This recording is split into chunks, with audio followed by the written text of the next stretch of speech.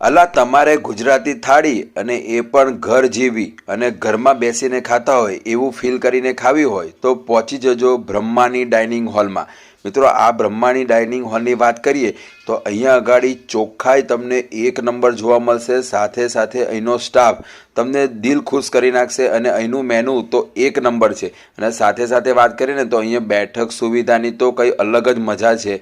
અને અહીંયા આગળ જસ્ટ આ 5 થી 4 મહિના પહેલાં સ્ટાર્ટ થયું છે અને ફ્યુચરમાં એસી હોલ પણ થઈ જશે। એટલે બ્રહ્માની ડાઇનિંગ હોલ ઘર જેવું ચોખ્ખું ખાવાનું અને એકદમ જ મજા કરાવી દે।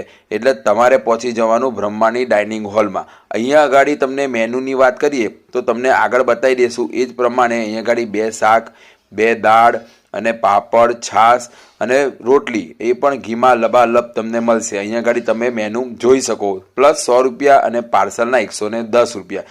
થાળી જોઈને તમને ખાવાની તો ઈચ્છા થઈ ગઈ હશે, તો લોકેશન તમારા માટે રાખેલું છે મિત્રો, તો તમે ફટાફટ ત્યાં પહોંચી જજો। અને મિત્રો વાત કરીએ ને કે અહીંયા આગળ સવારનું લંચ અને રાતનું ડિનર તમને મોજે મોજ કરાવી દે ને એવું મળશે। અને સાંજે તમને જે ખીચડી અને કઢી ખાવાની મજા આવશે અને સાથે કાઠિયાવાડી સબ્જી એ ચાંદ પર ચાંદ લગાવી દેશે મિત્રો। તો હું તો તમને લોકેશન આપી દઈશ અને પ્રાઇસ પણ આપી દઈશ, પરંતુ તમે જાતે ખાજો। અહીંના ઓનર તમે જોઈ શકો છો એ ખવડાવવામાં માને છે, એટલે તમે વાત કરો ને કે ખાશો તો તમને મજા આવશે। અને સાંજે અને સવારે જે કોલેજિયનના છોકરાઓ અને બેચલર લોકો જે ખાઈને મોજ કરે છે ને એ મોજ તમે પણ લઈ આવજો। અને અહીંયા આગળ ફેમિલી સાથે પણ બેસવાની સારી સુવિધા છે, એટલે ફેમિલીને લઈને પણ તમે જઈ શકો છો।